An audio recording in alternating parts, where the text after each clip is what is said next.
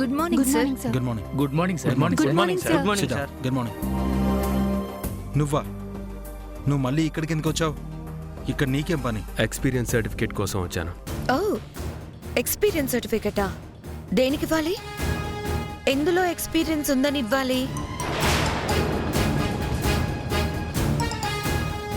ఆఫీస్లో కాండక్ట్ బాగుందని ఇవ్వాలా? పెద్ద చిన్న లేకుండా జనాలని కాలర్ పట్టుకొని బయటికి నెట్టి రౌడీలా బిహేవ్ చేయడంలో ఎక్స్పీరియన్స్ ఉందని ఇవ్వాలా?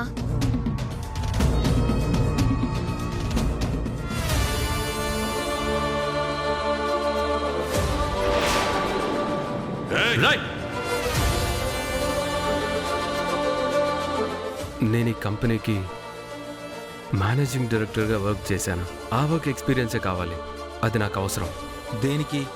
కట్టుబట్టలతో బయటకు వెళ్లారు. మీరు బ్రతకాలంటే ఏదో ఒక పని చేసుకోవాలి. ఊరికి ఎవరు జాబ్లు ఇవ్వరు కదా. ఈయన గారు చేసిన పనులకి సర్టిఫికెట్ ఇవ్వడం కుదరదు. కావాలంటే ఓ 100 రూపాయలిచ్చి పంపించండి అల్లుడు గారు. నూకలు తెచ్చుకొని గంజి కాచుకుంటాడు. ఇది నీకు సంబంధం లేని విషయం. ఈ కంపెనీకి నీకు ఏ విధమైన కనెక్షనే లేదు. ఉంది. ఆయన నాకు మామగారు. అంతకు మించి ఇక్కడ జాయింట్ డైరెక్టర్. ఇప్పుడు నీకు సర్టిఫికెట్ ఇవ్వాలి అంటే ఆయన సంతకం పెట్టాలి. బాలు, నీకింతకు ముందు చెప్పాను, ఇప్పుడు కూడా చెప్తున్నాను.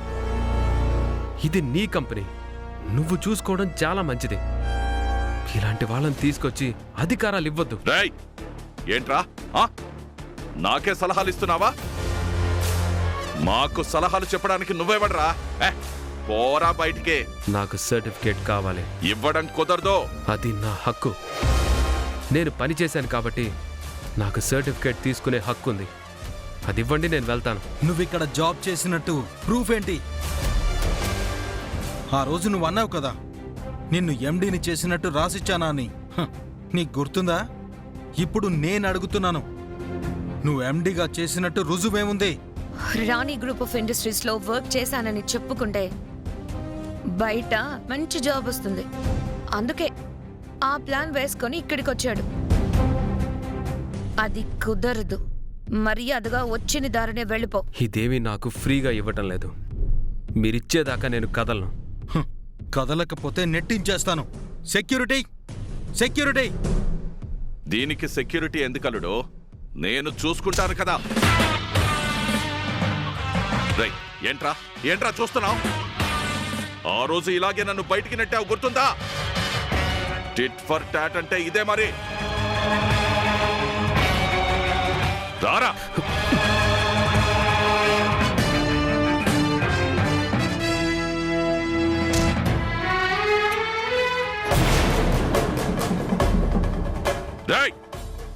ఇంకోసారి మళ్ళీ ఈ ఆఫీస్ వైపు వచ్చినా, లోపల అడుగు పెట్టినా నీ కాళ్ళు చేతులు విరిగిపోతాయిరా.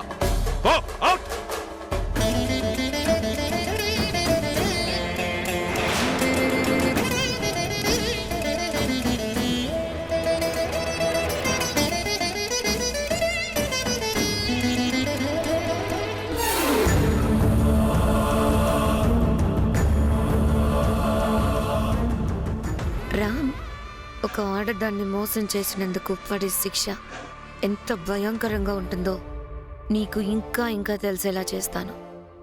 చివరికి నువ్వు ఆకలి కోసం ఎంత నీచమైన పనైనా చేసేలా చేస్తాను.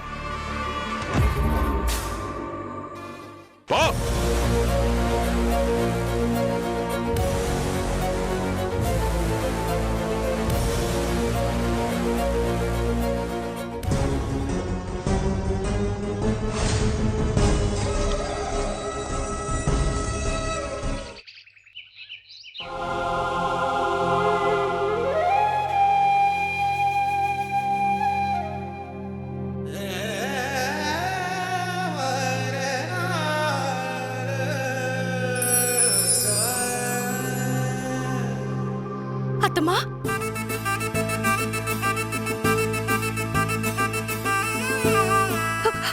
అత్తమ్మా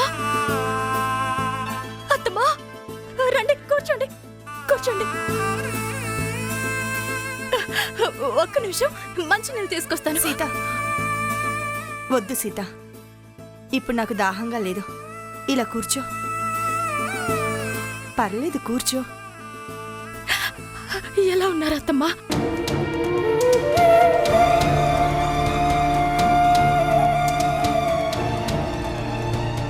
నిజం చెప్పండి, మీరు సరిగ్గా నిద్రపోవడం లేదు కదూ? నేను నిద్రపోవడం లేదని నీకెలా తెలుసమ్మా? మీ మొహం చూస్తే అర్థమవుతుంది. చూడండి, సరిగా నిద్రపోక మొహం అంతా ఎలా పీక్కుపోయిందో.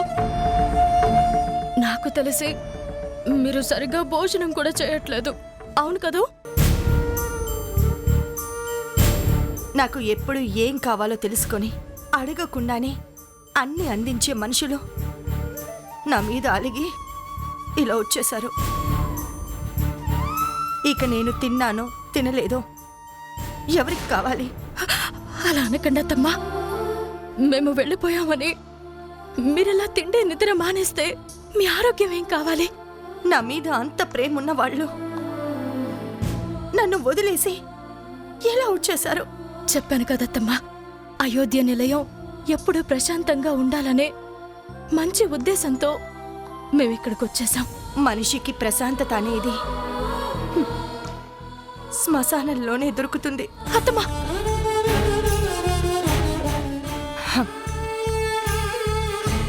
సరేలే, ఇంతకీ రామ్ ఎక్కడా?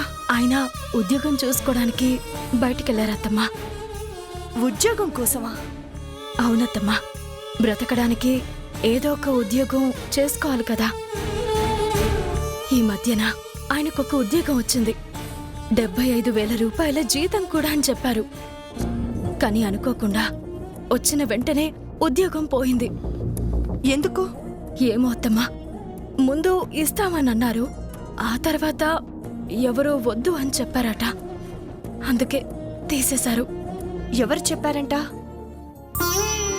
చెప్పింది శశి అని తెలిస్తే ఇప్పుడు మీరు వెళ్ళి తనతో గొడవ పెట్టుకుంటారు.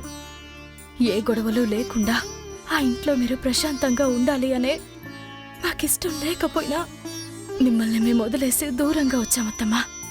ఇప్పుడు శశి గురించి మీకు నేను చెప్పలేను. సీత, ఏం ఆలోచిస్తున్నావమ్మా? ఏం లేదత్తమ్మా. రాముకి ఉద్యోగం ఇవ్వొద్దు అని ఎవరు చెప్పారు? ఏమో అత్తమ్మా, నాకైతే తెలీదు. రాణి గ్రూప్ ఆఫ్ ఇండస్ట్రీస్ ని ఒంటి చేత్తో నడిపిన నా కొడుకు ఈరోజు ఉద్యోగం కోసం ఎవరి దగ్గర చెయ్యి చాపాల్సిన పరిస్థితి వచ్చింది. హ!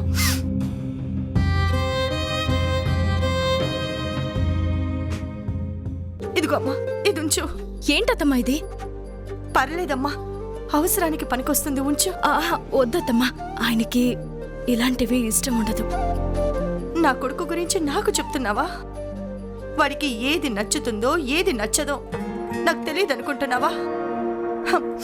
నేనిచ్చానంటే వాడు కాదనడు. ముందు తీసుకో అమ్మా. వద్దత్తమ్మా, మీరిస్తే తీసుకోకూడదు అనే ఉద్దేశం ఆయనకి కానీ నాకు కానీ లేదు, ఎప్పుడూ ఉండదు కూడా. కానీ మీరొచ్చి డబ్బులిచ్చిన విషయం బాలు వాళ్ళకి తెలిస్తే వాళ్ళు మిమ్మల్ని ఏదైనా అంటారు. మీరు బాధపడితే అది మేము తట్టుకోలేమత్తమ్మా. నన్ను వద్దు అనడానికి అసలు వాళ్ళెవరు? ఆస్తి నాది, డబ్బు నాది. ఎవరికైనా ఇచ్చే అధికారం నాకుంటుంది. నేను అదే చెప్తున్నానత్తమ్మా. తల్లి బిడ్డల మధ్య హక్కులు అధికారాల గురించి మాట్లాడుకునే పరిస్థితి రాకూడదనేదే మేం కోరుకుంటాం. అంటే నేను డబ్బులు ఇవ్వకూడదంటున్నావా? అలా కాదత్తమ్మా, కొడుకు మీద ప్రేమతో మీరు డబ్బులివ్వచ్చు, అందులో తప్పేం లేదు. కానీ ఆ డబ్బులు తీసుకునే పరిస్థితిలో మీ అబ్బాయి లేడు.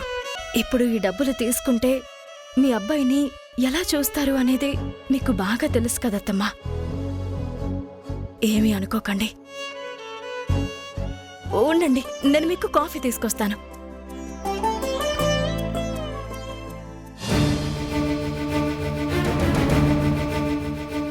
అందరి కోసం ఎంతో కష్టపడి కుటుంబానికి ఏ లోటు రాకుండా చూసుకొని అందరి జీవితాన్ని చక్కదిద్దిన నా పెద్ద కొడుకు ఈరోజు ఎలాంటి పేదరికం అనుభవిస్తున్నాడు.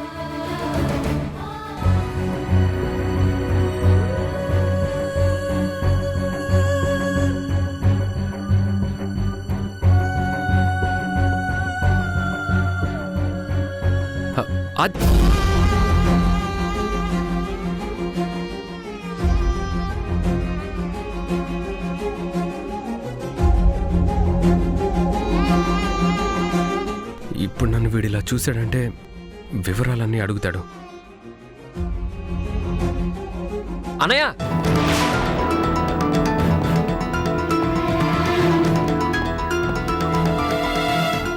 ఆదిత్య, నువ్వా?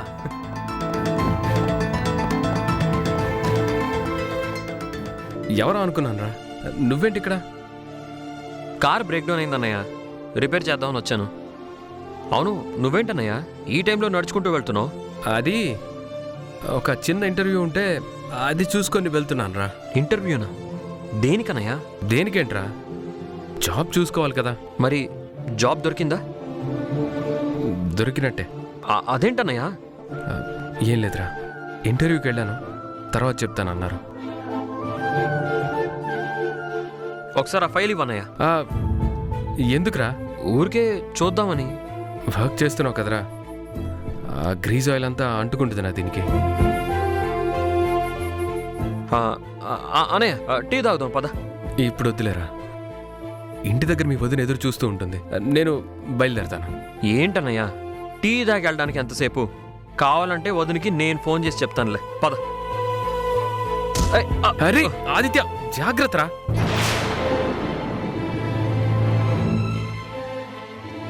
ఏం కాలేదుగా? నాకేం కాలేదన్నయ్య, కానీ నీకేమైందో మాత్రం చెప్పడం లేదు. నాకేమైందిరా? ఏంటన్నయ్య ఇది? షర్ట్ ఎందుకు ఇలా చిరిగింది? అది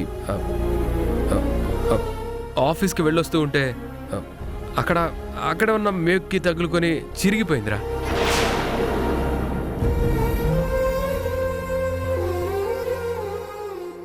ఏంట్రా అలా చూస్తున్నావు? నేను చెప్పేది నిజమేరా. అబద్ధం నేను అనలేదులే అన్నయ్య, కానీ కాస్త జాగ్రత్తగా ఉండన్నయ్య. మేకులున్న చోటికి నువ్వు వెళ్లకుండా దూరంగా ఉంటేనే మంచిదేమో.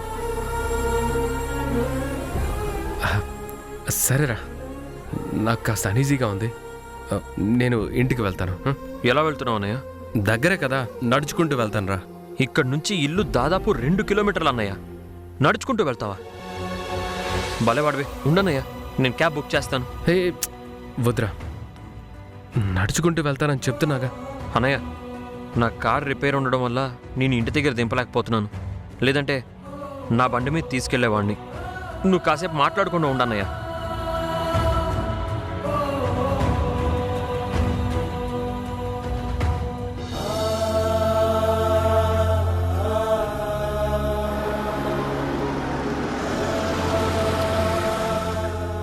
జాగ్రత్త అన్నయ్య.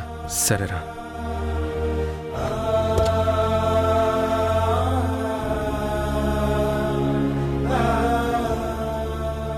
బాయ్ అన్నయ్య. బాయ్ రా.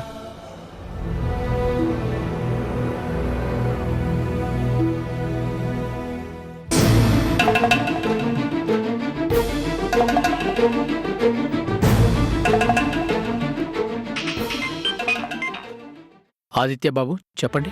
రామన్నయ్య ఆఫీస్కి వచ్చాడా? అవును బాబు. దేనికి? ఎక్స్పీరియన్స్ సర్టిఫికెట్ కోసం వచ్చారు బాబు. కానీ ఏమైంది? అది ఇక్కడ రాము గారికి చాలా అవమానం జరిగింది బాబు.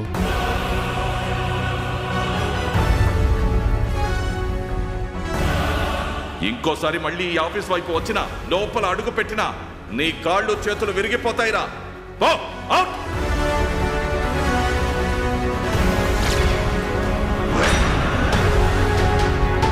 అది బాబు జరిగింది. నాకే చాలా బాధ అనిపించింది బాబు. ఉంటాను బాబు.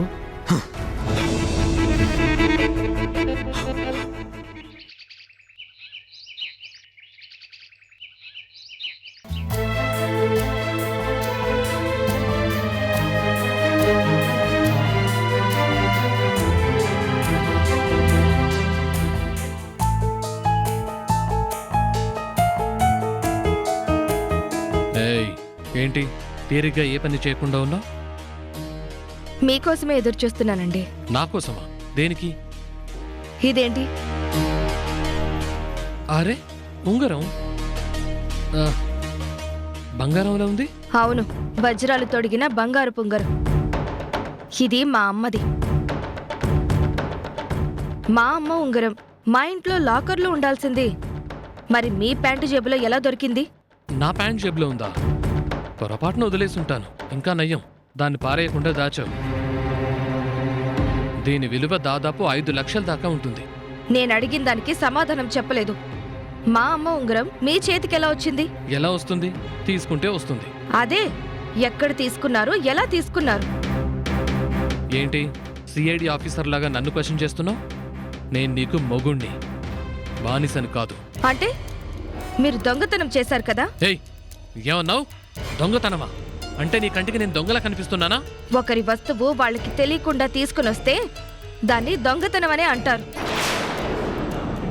ఇంతకాలం మిమ్మల్ని స్వార్థపరులే అనుకున్నాను, కానీ మీరు దొంగ అనే విషయం ఇప్పుడే అర్థమవుతుందండి. ఏం కూసావే?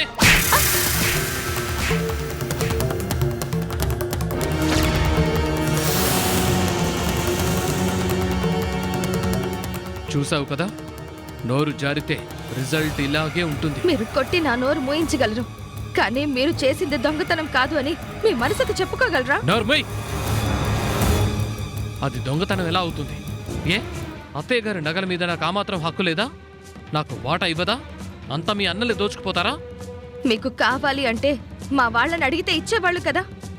ఇప్పటిదాకా మీరు ఎన్ని అడిగితే అన్ని ఇచ్చారు. కానీ నా మీద ప్రేమ ఉన్నట్టు మా అమ్మని చూపించడానికి తీసుకుని పోయినట్టు నటించి అక్కడి ఎవ్వరికీ అనుమానం రాకుండా నగలు ఎత్తుకుని వచ్చారు.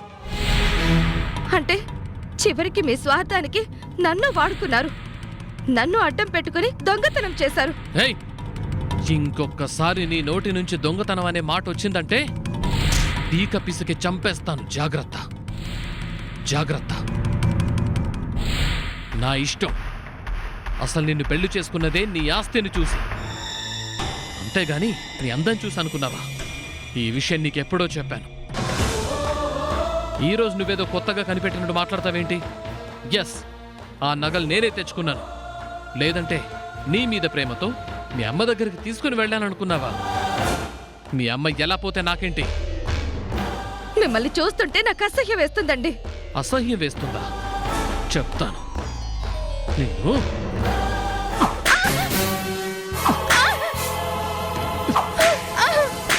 ఏయ్, ఇప్పుడు చెప్తున్నాను చూడు. నేనేం చేసినా అది డబ్బు కోసమే. నాకు డబ్బు చాలా ముఖ్యం.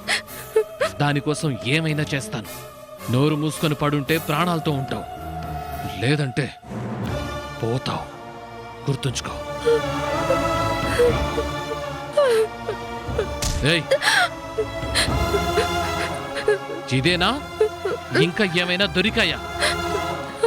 దొరికితే జాగ్రత్తగా ఇవ్వు, లేదంటే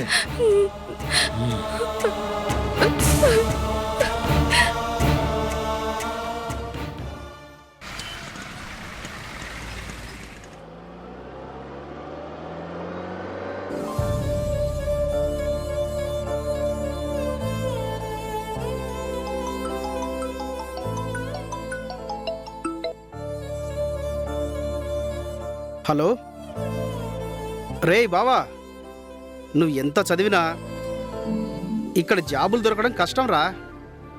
ఏ పని దొరికితే ఆ పని చేసుకోవటం, అవకాశం దొరికినప్పుడు మంచి జాబ్ కొట్టడం, అంతేరా సిటీ లైఫ్.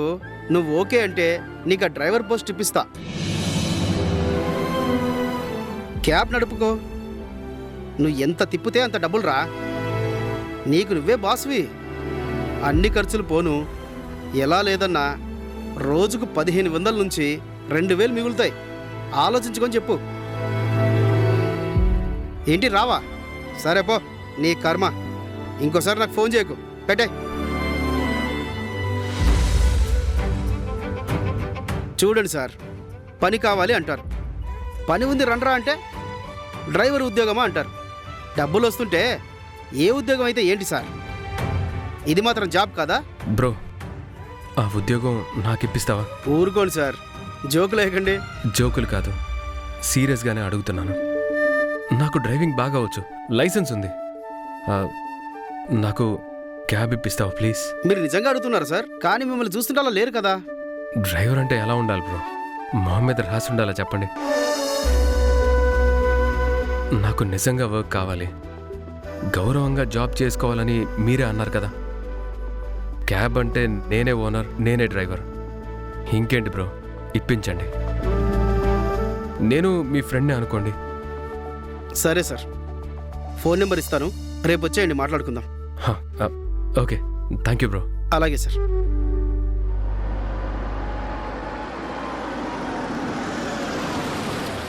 బ్రో నంబర్ చెప్పండి బ్రో. 984833.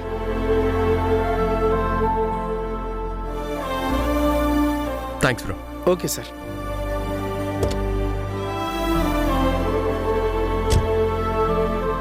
ఎంతైందన్నా? 300 సార్.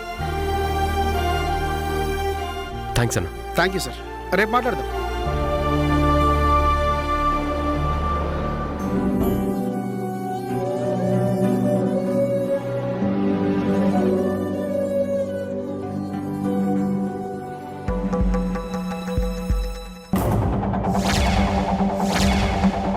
రామన్నయ్య మీద చెయ్యి చేసుకుని ఆయన షర్ట్ చింపిందెవరో?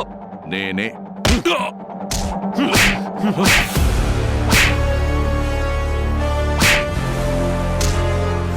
ఆదిత్యని ప్రాణాలతో విడిచిపెట్టిన వాణ్ణి చంపేస్తాను బాలు. శశి, వాడు ఎవరనుకుంటున్నావు? ఈ ఇంటి బిడ్డ, నా కన్న కొడుకు. అనవసరంగా నా కొడుకుని ఏమన్నా ఏదైనా చేసినా నేను ఊరుకునేదే లేదు.